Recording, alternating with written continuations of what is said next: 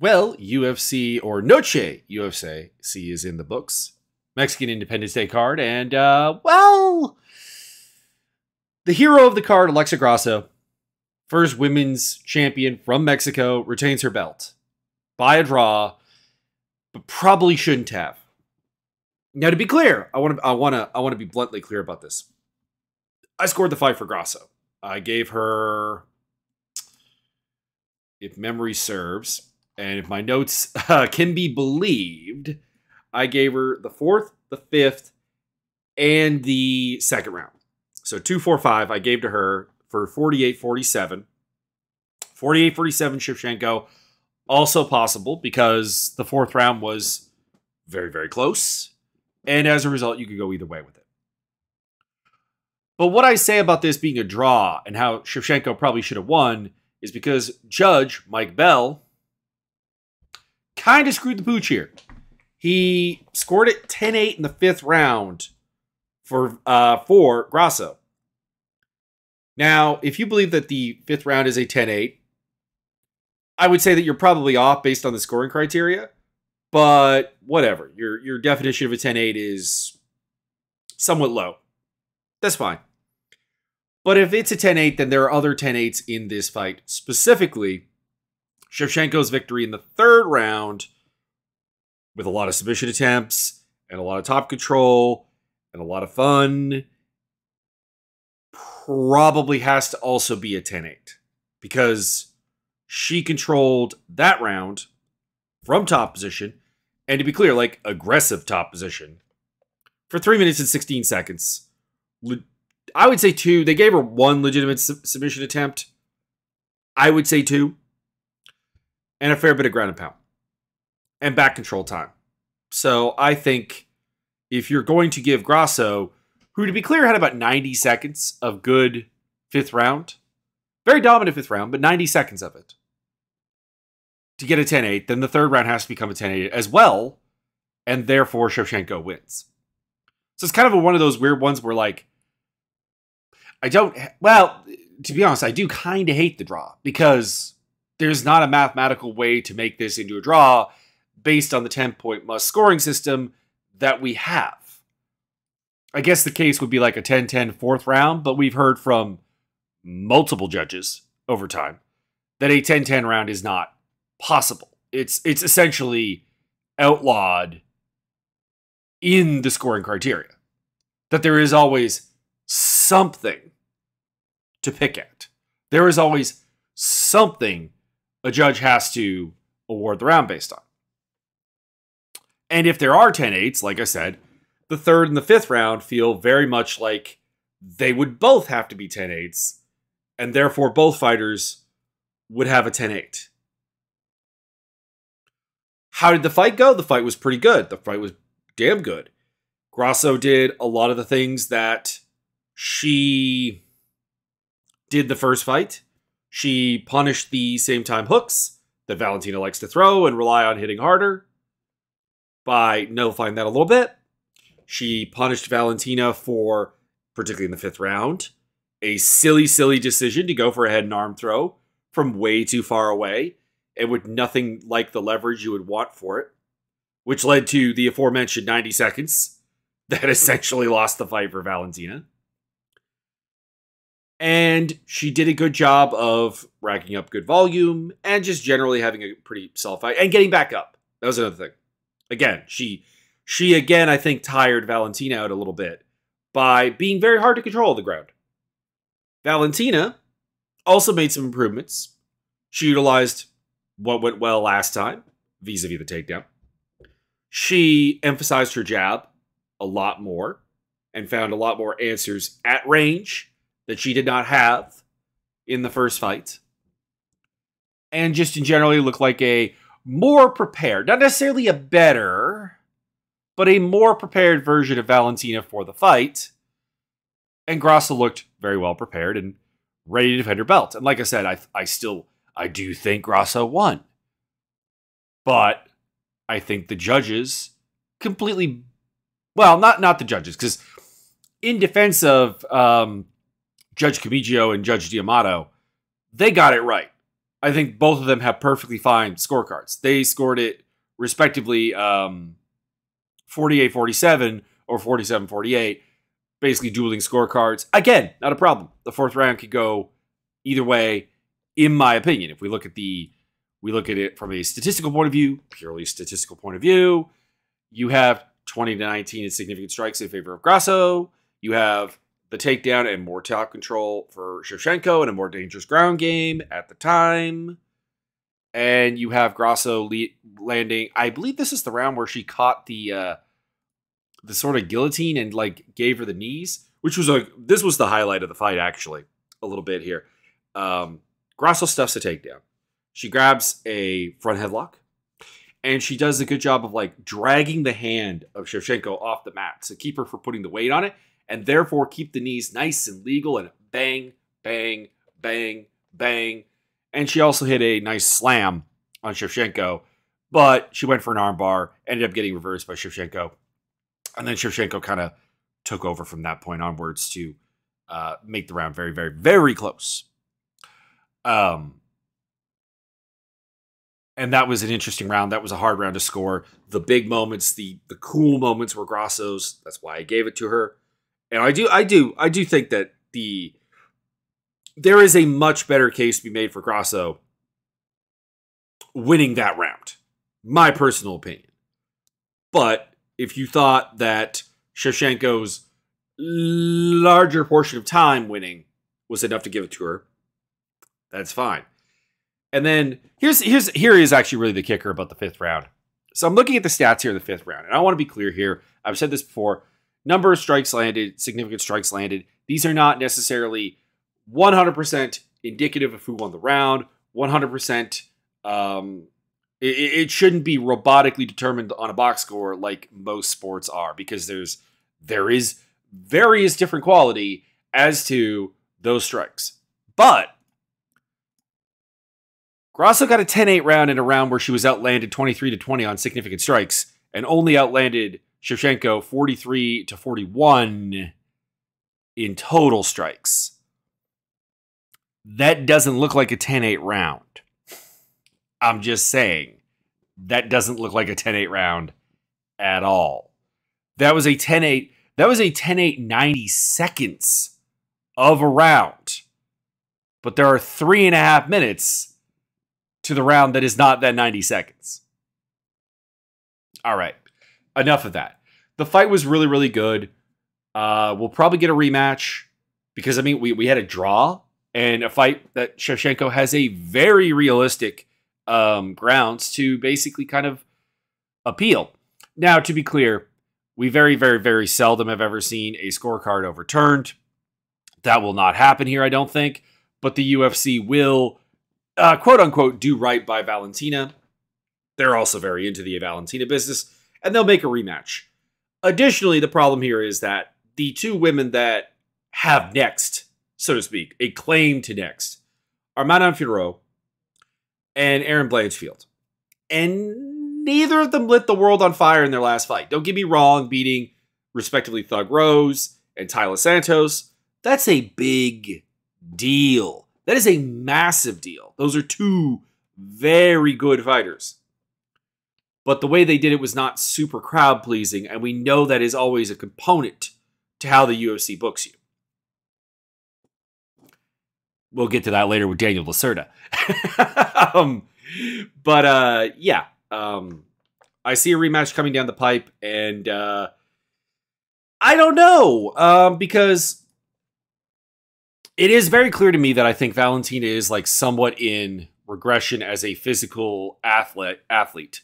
And a big part of her game, I said this in the preview, is that she is very physically reliant.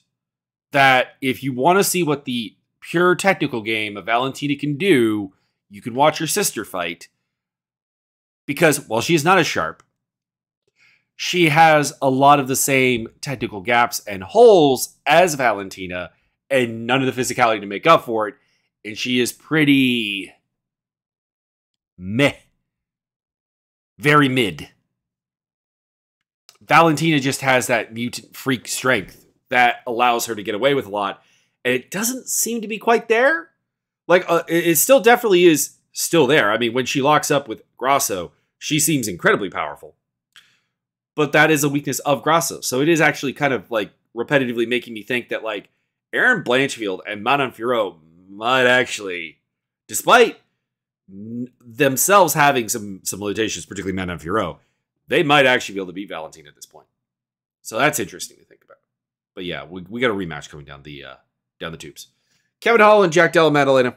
Fight was fine. Not much to talk about, really. I scored 29-28 Maddalena. I do think the 30-27 that he got was a bit weird, a bit harsh. Hang on. Let me pull up the scorecard here. MMAdecisions.com. Please assist me with this scorecard. Because I think it was Mike Bell that messed it up again. Yeah, it was Mike Bell. So Bell gave rounds 1 and 2 to Holland. The other two judges, fine, largely fine. They gave rounds 1 and 3 to Maddalena. That's fine. There was no 30-27. I was thinking that there was for some reason. But if we, again, turn our attention to the scorecard, or the box score, Della Maddalena's best round, in my opinion, was the first round. It was the only round that he landed more significant strikes than Kevin Holland. And it was the round where he hurt him the most, I thought. He had Holland backing off. He had Holland even turning his back and running away from him. And in the second and the third round, Holland put up admittedly largely empty volume numbers to beat him, including by 15 strikes in the significant strikes in the second round. And I have no problem with, like, I was tempted to score all 3 rounds for Holland, to be clear. But if you're going to give Holland a round, it cannot be the first one. If you gave Holland the first round, then you got to go 30-27 Holland, which, in my opinion, would be a ridiculous scorecard. But, like, if your basis is that Holland's relatively empty volume was enough to win this fight, then the round that he got outlanded in is the last one you should score for him. So Mike Bell, again, you messed up. You messed up. So not a good night for Mike Bell. I don't have a lot else to say for the fight. The fight was, I was kind of hoping the fight would be a little bit better. Holland didn't really try to take it to the ground, kept it a boxing match, but I don't know. It never got out of simmer mode. It never got to the hard boil. It never got to that really amazing war level that both of these guys are easily capable of doing because, like, we have seen both of them do it before. So I was a little bit disappointed by that. It's not a bad fight by any means. It just maybe is one that I hyped up a little bit too much in my brain, and it didn't live up to that expectation. Still, Jack Della Maddalena gets a win. Called out Ian Gary. I'm fine with it. I'm good with it. For Kevin Holland, I've got Randy Brown because 2 big athletic dudes who are like really tall and really long for the division fighting each other. What's not to like? And 2 dudes who are highly questionable on fight IQ. Raul Rosas Jr. destroyed Terrence Mitchell. The stand-up phase of this fight was not good. That was sloppy. There were people talking about how, like, Rosas looked better on the feet, and it's like, I guess, but not really. And he basically just ran through Terrence Mitchell, and that's going to happen because Terrence Mitchell is very run-throughable. 54-second stoppage. It's a good win. It gets Rosas back on track, but I don't think it answers any real questions because the question we had from Rosas' loss to Christian Rodriguez was, okay, you have had a moment where, like, the opponent didn't just crumble, didn't just give you the fight, didn't just present themselves on a silver platter, and they made you work. What do you do now? And the UFC gave him someone who was just going to do that. Terrence Mitchell is a guy who loses in the first round a lot. And when he wins, it's in the first round as well. There's no base level of tenacity. There you go. That gets him through bad spots. So it was a fight that Rosas was always going to win unless he was completely broken by his first loss. So I guess the only thing I can say is he's not completely broken from his first loss. That's good, but that's not amazing. For our next opponent, I've got Ricky Tercios. I'm not loving this idea, but Ricky Tercios is a guy who does not give up, fights at a high pace, has cardio, has tenacity. And I'm hoping he'll go out there and extend Rosas at the very, very least. For Terrence Mitchell, I don't really care. Like, the issue for Mitchell is he comes from the Alaska regional scene where, like, he was considered athletic. Like, you watch his AFC fights, and it's like, oh, this guy actually looks kind of athletic. And then you watch him when he faces actual, like, athletes, you know, for example, on the Ultimate Fighter and here and the Cameron Simon fight. You realize he's not actually very athletic. It's just the guys he's fighting are, for lack of a better term, bums. And you realize there's not really anything functional about his game once he's, like, not dominant. And that's why he gets finished in the first round a lot. So I've got him against Dana White Contender Series fodder. Like, he's 0-2, so he'll get another fight. We'll talk about that in a bit. Because he's still on contract. He's presumably still on contract. But there's no... He's not a test to anybody particularly good. Like, you're testing people at the very, very bottom with them. And that's where it's going to go. Christos Giagos versus Daniel Zellhuber. Actually was a little bit more combative and competitive than I expected to be, because I don't think Giagos is very good. I've said it, he's got, like, all the athleticism to be a good fighter. Like, he's got the physical must-haves. It's just never really has developed into anything particularly good. But in the first round, he plunked Zellhuber pretty good. He had him hurt. He had him stunned. He got easily stuffed on a takedown, though, at the same time. He ate a lot of shots himself because he's never been super defensively sound. But he did punish Zellhuber for his straight retreats by following up with 1-2s and getting things done. It was a competitive round that I still scored for Zellhuber. And then Zellhuber in the second round, well, he makes a little bit more adjustments. He starts working the body a little bit more. He starts establishing his jab because, dude, you're a 6'1" lightweight, 77-inch reach. You're going to do that. You're going to do that a lot. You're going to do that, and it's going to be very, very effective. And then he, rocks Giagos with the right hand. Super bad takedown by Giagos. Gets anaconda'd or darsed. I always have a hard time with, like, remembering. Yeah, it's an anaconda. I don't know why I have a hard time with both of them. For the record, I don't hit them ever in jiu-jitsu. I don't have the arms for it. Straight up, I have short arms. I am 5'10" with a 73-inch reach. Actually, I don't even think I have that. I think it's like 71 inches. Hang on, I've got it written down because I'm in the fight sim, and I have my reach, of course, measured for that, and it's like basically my height. I'm 5'10" and, like, big. So yeah, I don't hit Darson anacondas very often. I really don't. And people don't hit them on me a lot. So that's the other problem. Yeah, 71 inches. Yeah, 71 inches at 5'10". That's not super short or anything, but, like, it's short. I don't have the arms for it. I don't have Daniel Zellhuber's arms. And Zellhuber got the job done here. Some flaws shown, like, again, the backing up on straight lines. That's something he needs to work on. But, like, the wrestling looks strong. He didn't get lured into any kind of passivity like he did against Trey Ogden, which is good. Because as long as he doesn't perform like he did in Trey Ogden, there's a lot of promise.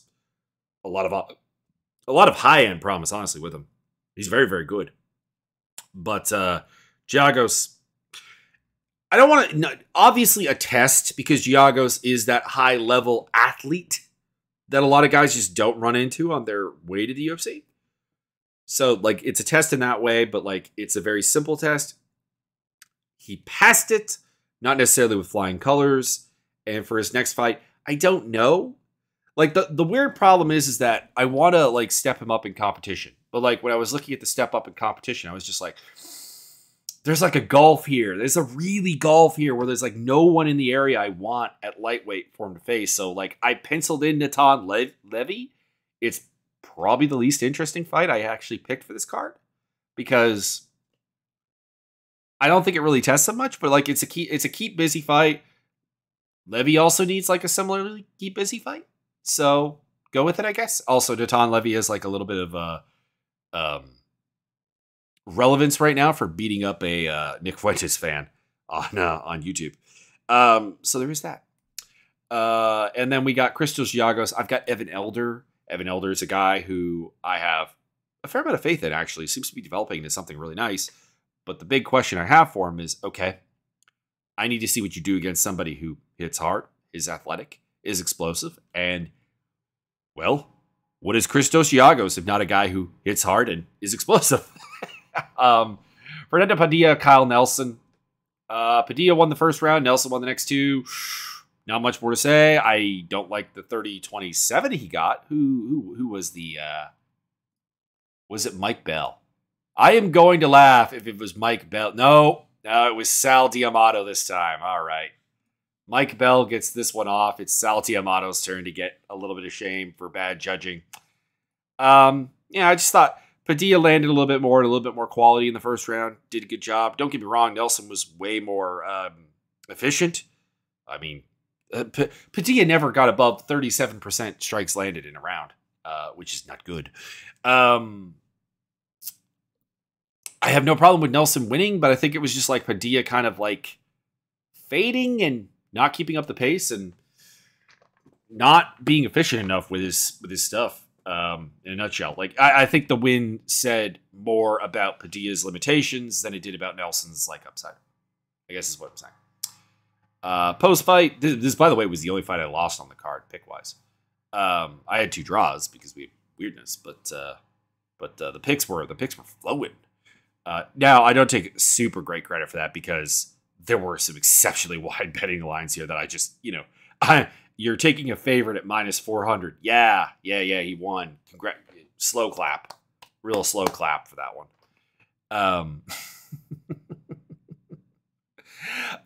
Nelson called out Cub Swanson after the fight. Why not? I guess it makes as much sense as anything to do with Kyle Nelson right now and with Cub Swanson right now. He's apparently having a baby. He had a line about keeping kids from fathers being a bad thing and whatever. And it's like, here's the thing. I'm going to elect not to read into this terribly far. I'm going to treat this as just a bad line in a post-fight interview. And the reason I'm going to treat it that way is this is kind of like the Holly Holm "we should protect children" line a while back. Now that one has definitive connotations. This one less so. You're saying something completely unoffensive, which is awesome. Cool. Great. Non-offensive things in a post-fight interview. Good things.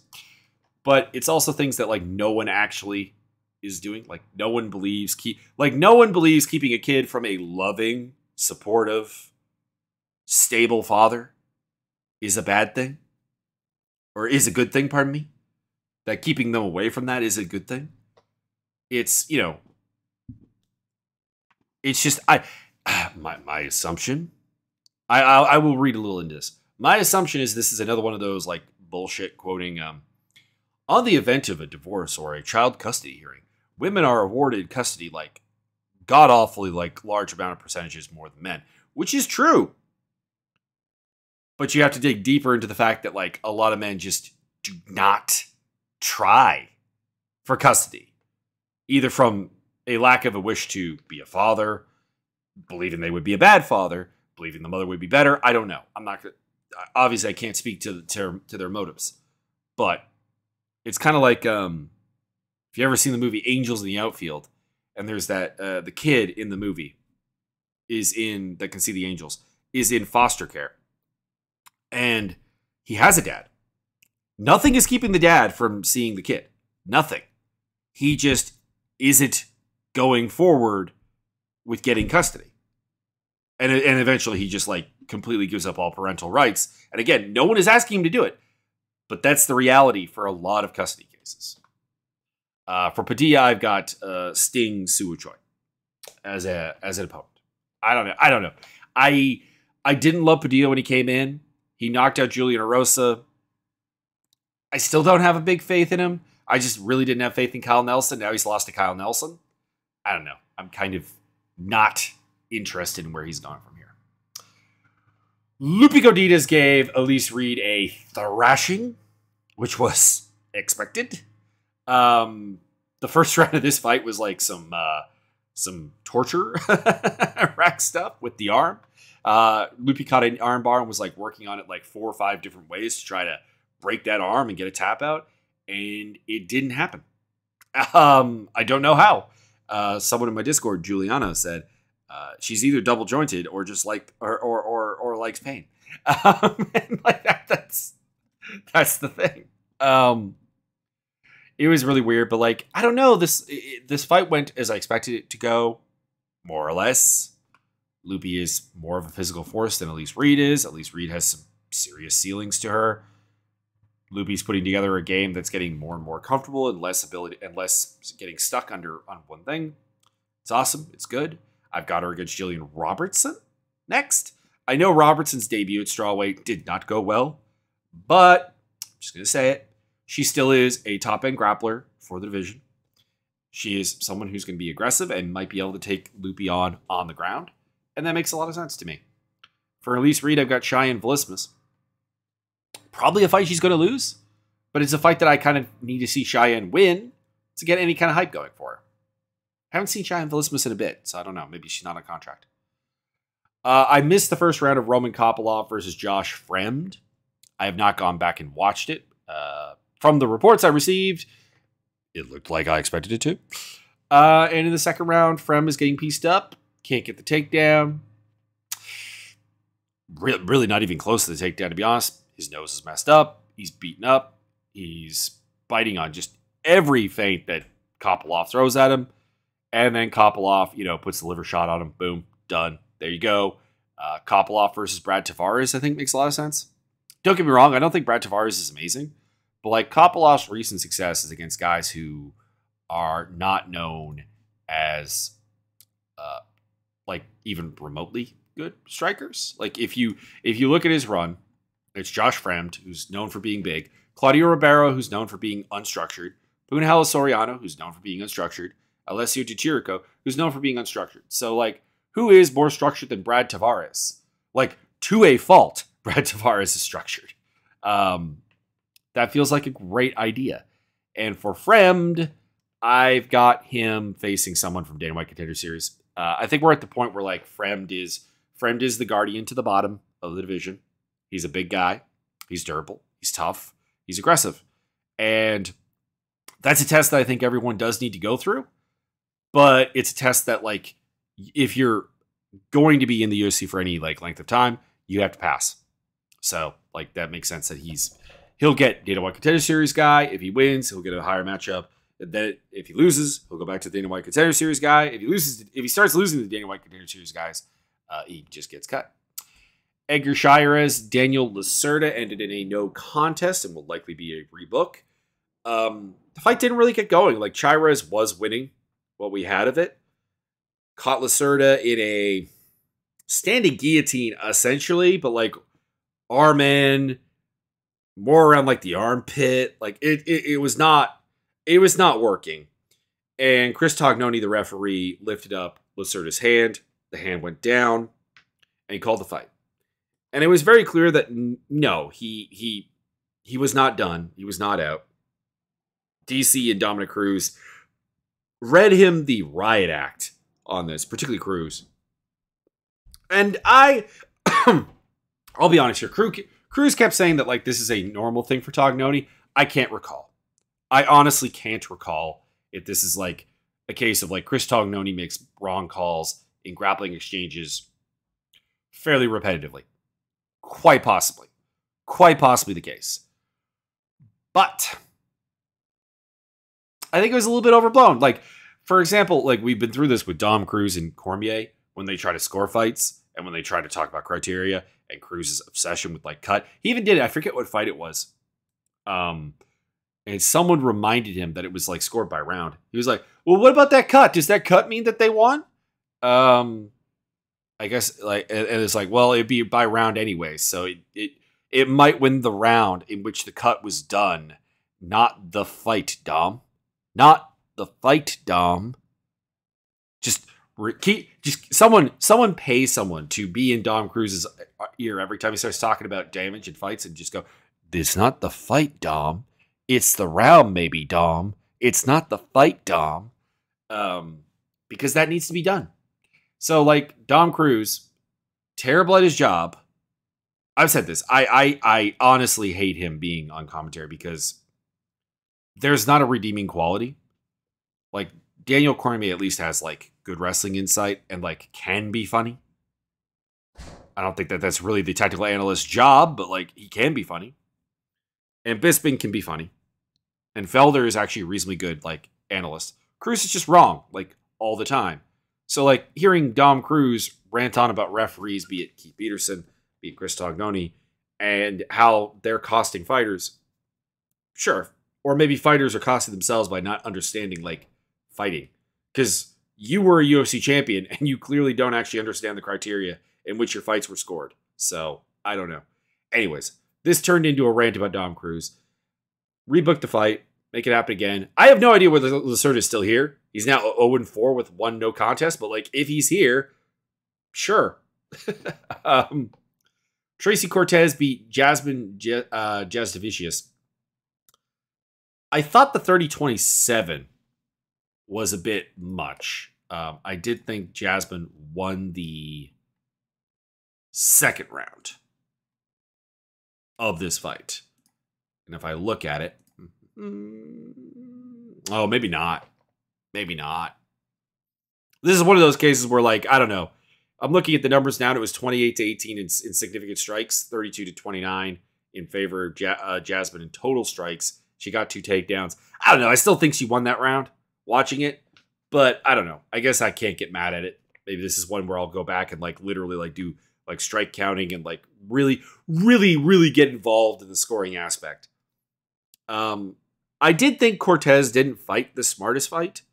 Like, I get that she's working on her boxing and she's working on being a more multi-dimensional fighter, but, like, at the same time, this fight seemed needlessly close, given that every time that there was a grappling exchange, Cortez was able to win it. Like, it really feels like Cortez should have just actually gone and done her usual thing. Like, the idea that Tracy Cortez won a fight going 0-for-1 on takedowns is just weird. She did win the fight. It just, it was needlessly not close, but needlessly kind of unimpressive. Because I feel like if she went in there and just, like, kind of absolutely took it to Jasdavicius with, like, an aggressive wrestling and boxing game, this just would have looked a lot better and probably would have done something more for her career. Don't get me wrong. She's got a great undefeated streak going. She's borderline top 10. I've got Lauren Murphy penciled in for her next opponent. And for Jasdavicius, I have Melissa Gatto. Charlie Campbell knocked out Alex Reyes. I don't have much more to say about that. I still think Campbell is a bit of a mess. I thought his post-fight promo of The Rock was a bit weird. I'll be clear here. I like pro wrestling. I used to have a podcast on pro wrestling, actually. I like pro wrestling. I like The Rock. I do think The Rock is overstated as, like, a humanitarian businessman. But, you know, as a wrestler, love The Rock. Great The Rock. But anytime anyone tries to do a Rock impression, it's kind of corny. Like do your own thing.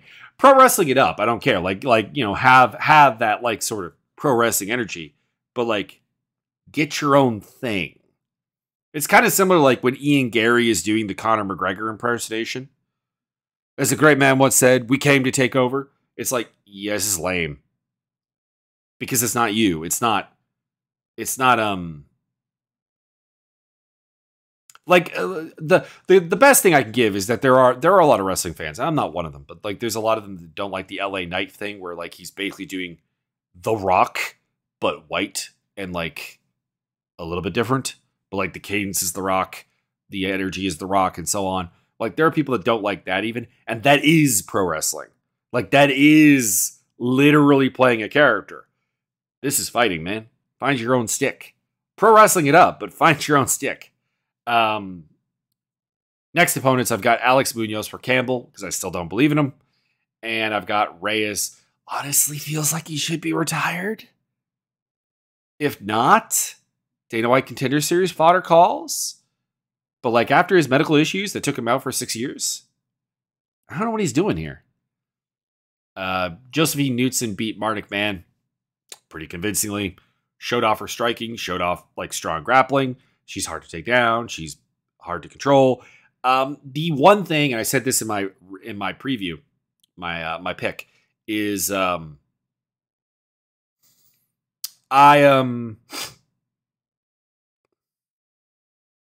don't like that she doesn't break the clinch. And to be clear, she gets a lot of good work done in the clinch, so I get it. I understand it. But when you have the range striking skills that she does, which are by women's MMA standards, very good, if not elite, people are going to want to get in close with you. And if you face somebody who has the mix of physicality and skill set to actually utilize the clinch, it's going to be a problem. Now, Mark McMahon doesn't have that. But her fight before getting into the UFC against Amber... Was it Amber Brown? It was Amber something? Or am I thinking of somebody else entirely? I'm thinking of someone else entirely. Oh, pardon me. It wasn't the fight before Contender Series, I should say, because it's not Isis Verbeek I'm thinking of. It was Jacita Austin. That was a fight where like she would be in the clinch and like, okay, it's not that you're losing in the clinch. It's not that you're bad in the clinch. It's that you are destroying this girl at range. If you just broke the clinch and let loose, you would do a lot better. And that's kind of what I'm saying. Who was it that fought Amber? Someone fought somebody named Amber. Okay, it was Mark McMahon who fought Amber Brown. Okay. I had the fighters. I had it inverted. Anyways, Mark McMahon is not very good. Knudsen got multiple 10-8s here. I thought that the 30-24, which was 10-8s in all rounds, was a bit much. I forget what round it was, but there was one round that did not really feel like a 10-8 round at all. I scored them all 10-9s because the judges so seldom bring out the 10-8, but like, yeah, she did outland her 81-8 in significant strikes. Yeah. I forget what round it was, but there was one round that I didn't think was a 10-8. But no, this was bad. this was an overmatch and a half. And she got the job done. So congratulations. We got Brendan Moreno on commentary for a little bit. And thought he seemed nervous and a little bit rushed, but like, you know what? Give him time and he might become good. Please, more commentators, less Dom Cruz, less DC, less, please. I'm very desperate for like good commentary. I'm very, very desperate. So that was the card.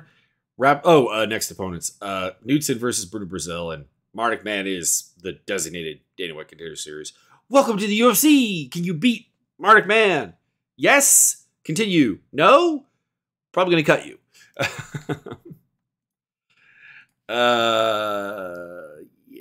Let's see here. What's coming up this week? We got UFC coming up with the Fiziev versus Gamrot card. Pretty damn good, actually. You got, in addition to the main event, you got Bryce Mitchell, Danny Gay in the co-main. You got Marina Rodriguez versus Michelle Waterson-Gomez. Pretty cool, pretty good. I like Charles Jourdain and Ricardo Ramos as well. That's a good fight. Tim Means, Andre Fiallo, I think is a fight I actually called for. I think that was actually literally my matchmate I made for them recently. And that's pretty good. And there's very little in the way of newcomers and debutantes, so that's nice. Johnny Walker's brother or cousin, Walter Walker, I forget which he is, was supposed to fight on this card. He is not. He got hurt. And then we've also got Bellator coming up with Johnny Eblin versus Fabian Edwards. Not super stoked for that card. because I'm just not super stoked for Fabian Edwards. I've never been able to summon a big excitement for him. But hey, Aaron Pico's on the card against Pedro Carvalho. Mads Burnell versus Daniel Weichel. That's a fun fight. Levon Kelly versus Sabah Hamasi. It's not bad. And, there's a couple other people, Luke Trainers, decently impressive looking. And, I think that will do it.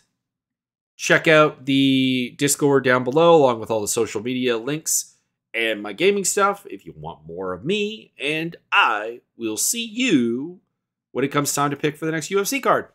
I might throw some Bellator picks in there as well. But I don't know. Anyways, have a good night. Enjoy the night, morning, whatever. It's probably night when you're watching. If you're getting this live, then it's probably night. And enjoy the rest of your weekend.